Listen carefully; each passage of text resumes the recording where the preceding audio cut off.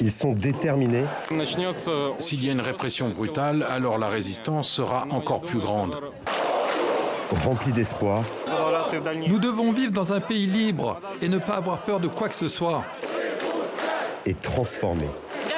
Qu'il y ait des changements ou pas, nous sommes déjà devenus différents. Presque étonnés de leur propre audace, comme si la peur avait disparu après 26 ans de dictature. Encore et toujours, les manifestants envahissent les rues.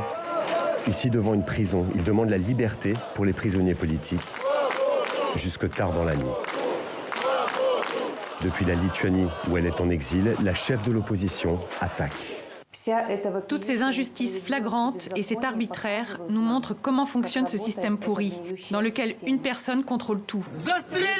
Sauf qu'Alexandre Loukachenko semble de moins en moins contrôler les choses. 24 heures après avoir été hué et pris à partie par des grévistes, le chef de l'État est de retour dans cette usine d'État qui fabrique des tracteurs, avec comme une pointe de nervosité.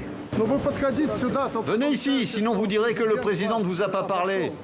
En guise de débat, le dictateur est surtout venu avec un objectif, casser la grève générale qui agite le pays. Il suffit de les avertir une fois, celui qui passe la porte de l'usine ne reviendra pas. Ils doivent comprendre qu'un méchant président a maintenu un nombre élevé d'emplois pour que les gens ne soient pas dans la rue. Voilà. Ceux qui veulent travailler, laissez-les travailler. Ceux qui ne veulent pas travailler, eh bien on ne les obligera pas à le faire. Ces dernières heures, le président Loukachenko a proposé un référendum sur une nouvelle constitution et pourquoi pas dans la foulée, de nouvelles élections. Trop peu, trop tard sans doute. La pression n'est pas retombée dans les rues et dans les chancelleries. La crise biélorusse doit faire l'objet d'un sommet européen extraordinaire ce mercredi.